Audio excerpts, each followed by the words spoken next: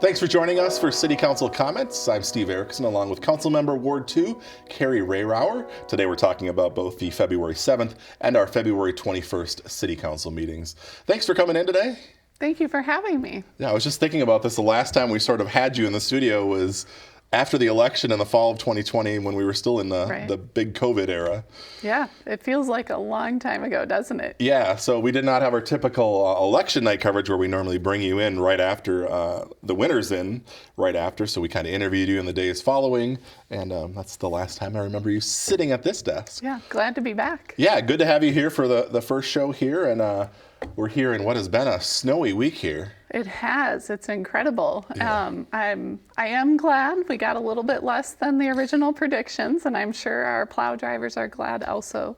They've been working really hard round the clock to keep up with it for us. Yeah, they've done 3 full plows of the city, and I mean it takes a lot of work. There's only so many pieces of equipment and only so many crews, but they've done a good job of clearing our roads, and they're going to move on now to the sidewalks. Now that we're taping this, the end of the week on Friday this week, they hope to have those done by the end of the day on Saturday and get those cleared. But again, it is a big process, when you have a foot or more of snowfall in a week. If you get a chance, thank your plow driver as they come by because they've been working long hours tirelessly. Yeah. I think we just do a fabulous job here in Coon Rapids keeping up with it. We've got great equipment.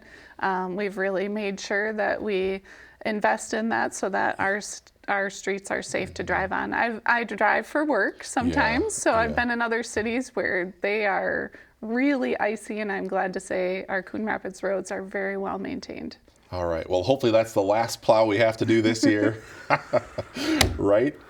Yes. Wait, we still have March to go. Oh, I think we'll probably have more. Oh, man. All right. Well, hopefully spring's right around the corner. We'll be looking forward to those warmer temps. All right, let's jump into things here on the February 21st City Council meeting. One of the first items here, Council adopted a resolution approving 2 appointments to the Parks and Recreation Commission. Yes, Steve Sweeney and John Hauschild have been appointed, and we approved their appointments to the Parks and Recreation Commission. We are glad to have them, proud of our commissions, and we're always looking for folks who have an interest in city functions or having a voice in the city to apply for our commissions. There is an interest application online that they can fill out to do so. Yeah, and those commissions are really important. They're all volunteers.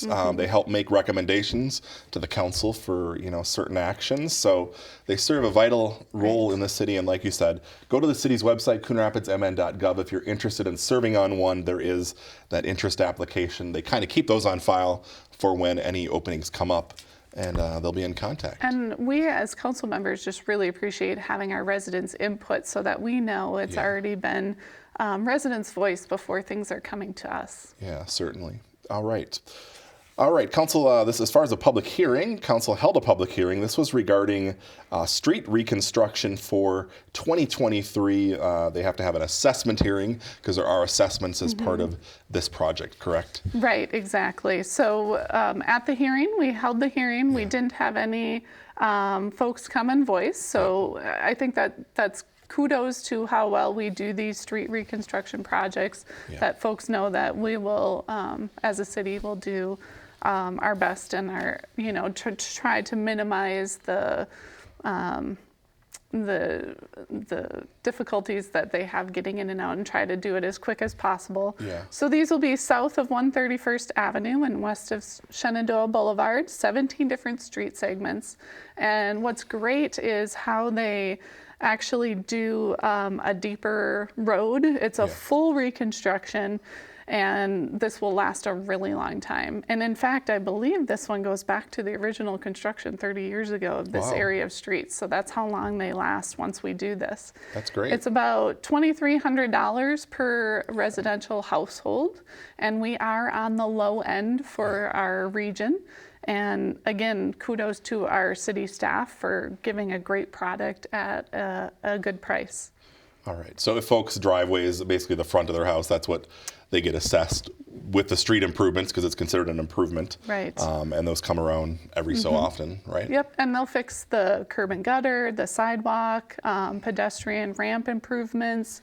They're going to upgrade to the LED poles, light fixtures, and all of this adds value to your home. So that's part of that assessment will add value to your home. All right. So when this comes up for other folks, basically folks can either pay the assessment basically this year, or they can add it to their tax roll for about 10 years with interest.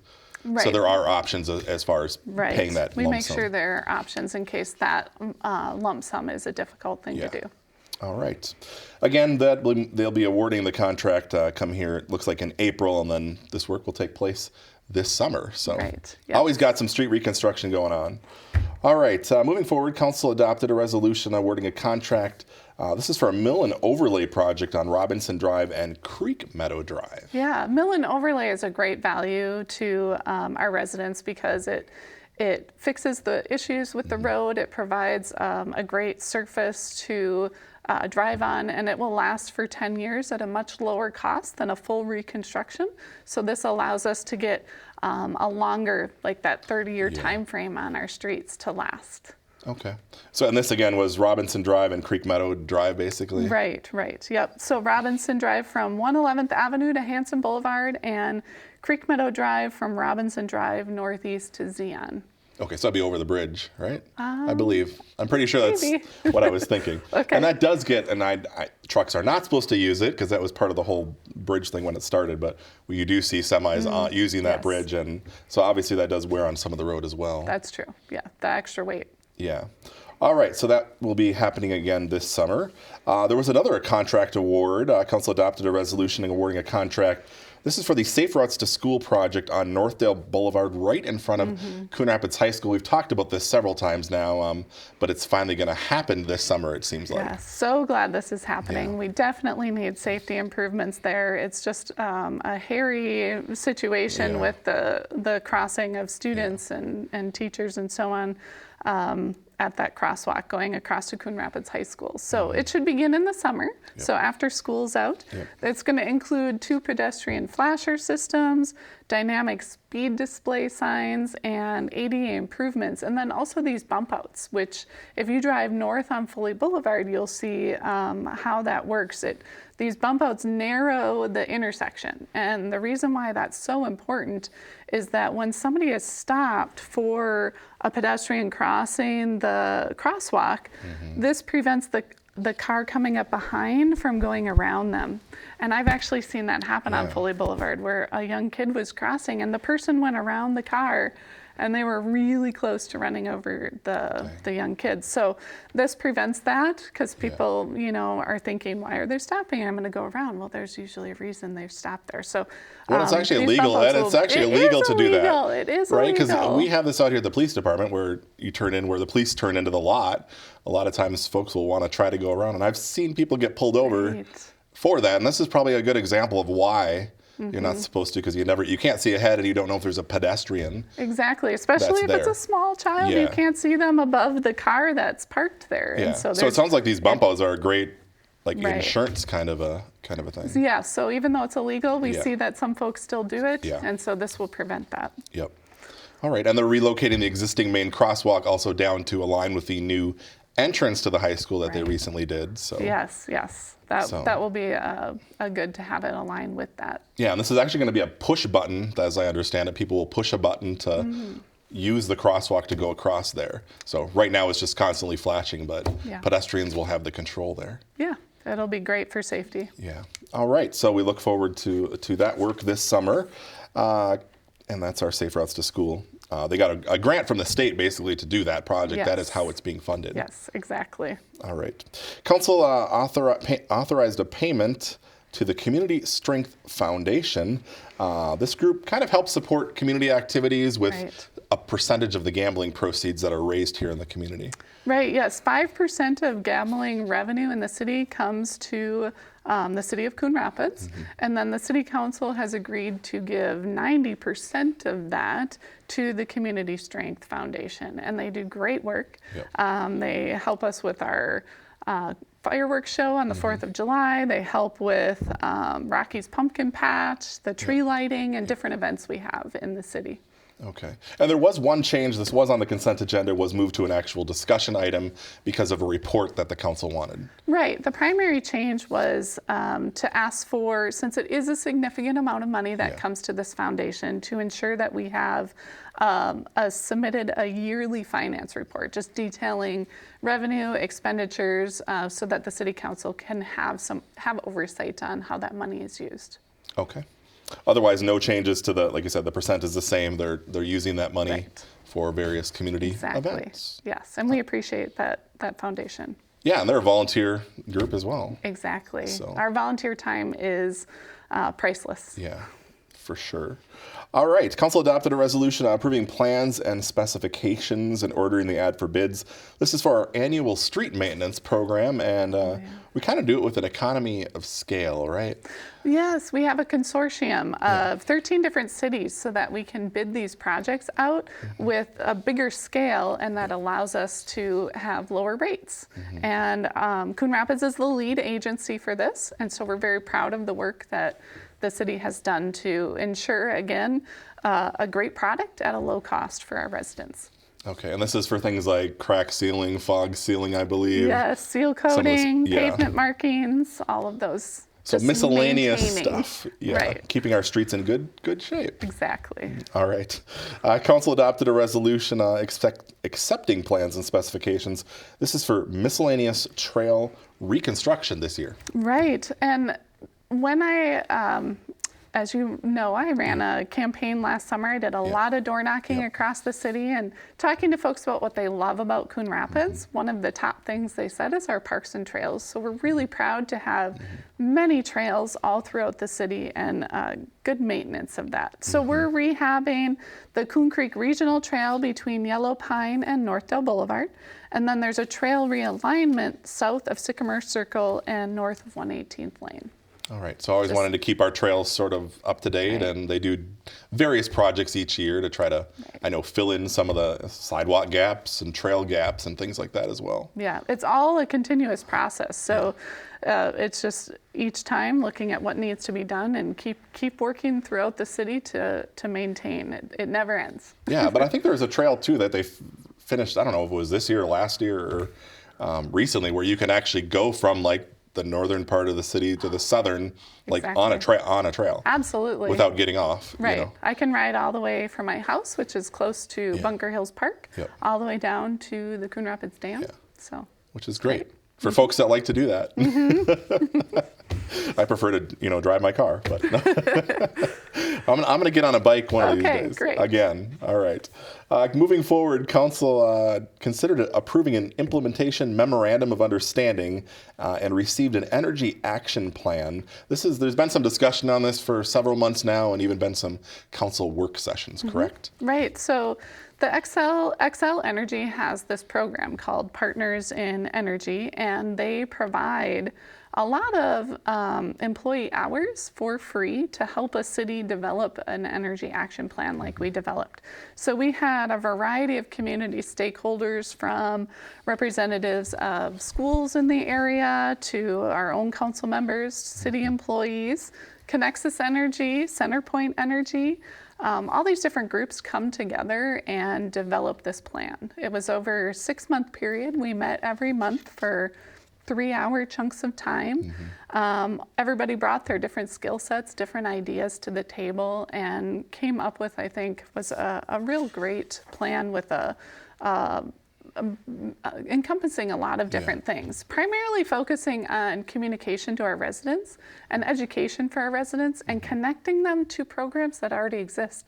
So there are a lot of grants and incentives out there that if we can help our residents know that those are available, we can save them money.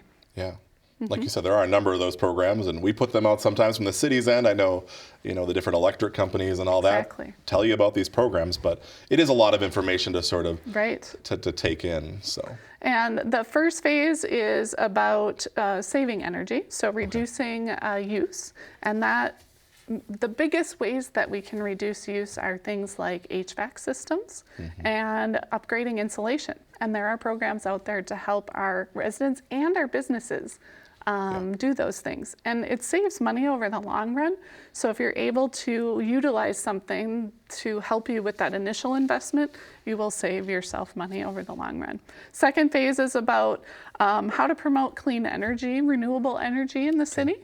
The third phase of the Energy Action Plan was about EV vehicles, and that was the one that when we went to do the MOU and agreed as a council, we decided to start with phase 1 and phase 2 for now and accept those two in our memorandum of understanding. So we can get started with that work and then save phase 3, the EV, and see if we'll come back to that in the future. All right.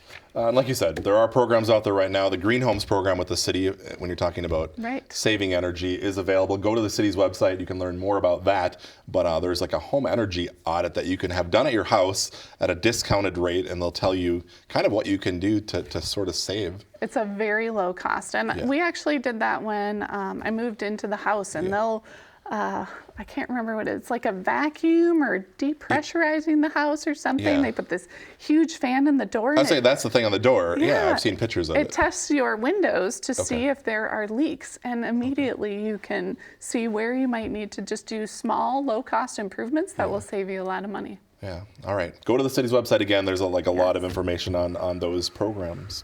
All right. Moving forward, council adopted a resolution approving the 2023 Police Captain Labor Agreement. I thought we were done with these, but we realized we now have a new labor group. This is the final one. So yes, we have the police captains now. It's their initial first-time contract. We are proud as a city to ensure that our contracts with our police officers, our captains, our sergeants are all competitive with the labor market, because we want to, recruit and retain the best. Yeah. So similar, it falls in line with the similar contracts. Was a 3% cost of living on January 1st, 1% market rate adjustment on July 1st. Right. Exactly. All right. That is all we have to talk about from our February 21st council meeting. Back to our first meeting of the month, which was relatively short. There wasn't a whole lot on it on February 7th. Of substance that we want to talk about. But one item we do was council adopting a resolution approving plans and specifications and ordering the advertisement for bids. This is for a sanitary sewer lining project, and just not just any sanitary sewer. This is a large sanitary sewer, one of our mains. This is a 42-inch diameter sewer pipe, so that is quite large. And it was actually found to be in poor condition and in need of immediate repair. So it's something we take very seriously. We want our infrastructure to always be, up to date. I always think about sewer as the one thing you don't think about until you have to, and then it's the worst thing to have to think about. So we want to stay ahead of this and make sure that we get the rehab. So that's along portions of 99th Avenue and Hanson Boulevard. And there are some individual residential services connected directly to this larger pipe. So those folks will have to be out of their homes for a short period of time. We will make sure that they're at an area hotel, and the mayor wanted to make sure it's at a nice hotel for them, and if possible, a place that would have an in-room kitchen so that they don't have to eat out every meal. So we want to make sure our residents are taken care of. Yeah, so those folks will be notified and learn more about that process once this project moves forward. All right, again, pretty short meeting. That was all we had to talk about there. I wanted to talk about a couple upcoming items. We have our concert series that is underway, the Winter Concert Series by the Arts Commission. We've had 2 of those now. There are 2 more remaining. March 9th is the Riverside Rockets. They have 1950s style music. And then April 13th, it's the Backyard Band, which is variety. Those are held in the Civic Center at 7 o'clock on those nights. And always nice way to sort of get out of the house in the winter, right? Absolutely. And that is also something our Community Strength Foundation supports, that Winter Concert Series. So. Yeah, and then we'll have the Summer Concert Series coming up as well. One other thing I wanted to mention was the North Suburban Home Show. That is coming up on Saturday, March 11th at the Andover YMCA Community Center from 8 a.m. to 2 p.m. It is a free show, so folks can go up there.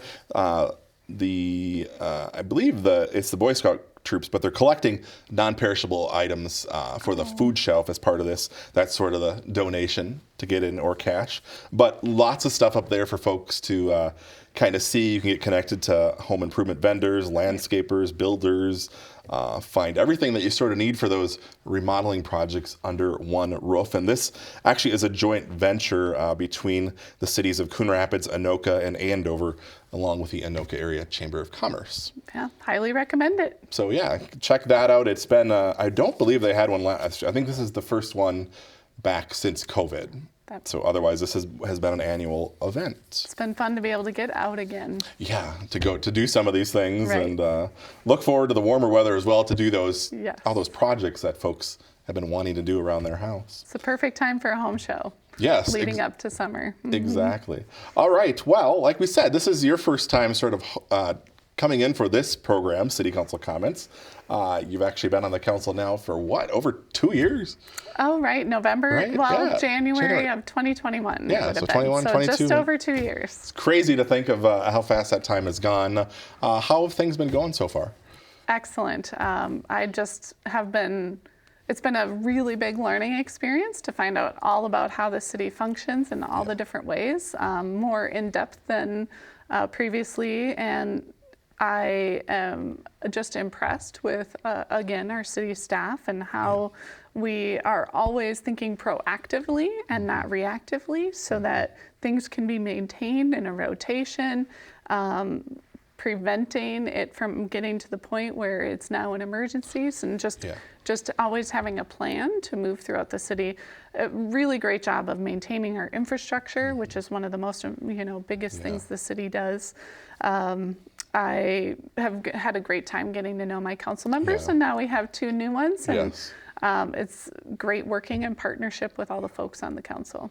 Yeah, it's great. Any stuff that has been approved or you've done so far, and any things that you're still hoping to get accomplished in the coming years? I'm really excited about the energy action plan that we just passed. That's something I've been, really thinking about, is how our city can become an energy leader since I've been on the council. So we just talked about that. Yep. We also have the possibility of some city solar projects coming up that I'm, really interested in continuing to look at and consider. Very proud of our fire station number 3. That's construction is underway. It's going to be a regional facility, a regional training center. And not only that, but the way that how well it's thought out and planned so that our firefighters can have the best sleep and best circadian rhythms, because that's one of the toughest things on their health. And in addition to keeping the there's carcinogens when things are burning. And so keeping all of that completely separate from where they're living and sleeping and working. So it's just going to be a terrific facility. In addition, our public safety, that was on top of folks' minds when I was door knocking last summer and fall. And to just very proud of our Coon Rapids Police Department and the culture that they have. And that's why we're proud of the contracts that we have, and we want to continue to recruit and retain the best officers. Yeah, and you've also been part of I know you've sat into some sessions at least of the Multicultural Advisory Committee. Right. Yes. Right? Yes, the Multicultural Advisory Council, the MAC, we call it for short. We have a lot of different city leaders and trying to bring in diverse perspectives, and they give feedback directly to our police department. And the police department has learned and grown from them, and even made some changes by their suggestion at the MAC. So I'll be joining the next one again in March to continue to learn more from that group. All right, great. Well, that is all I have for you, unless there's anything else you want to add today? No, just thank you so much for having me, and excited for the next 2 years on the council. All right, it'll go fast, I'm sure. Absolutely. All right, well, thank you for being here today, Carrie. Thank you at home for watching, and we'll see you back here again after our 2 meetings in March.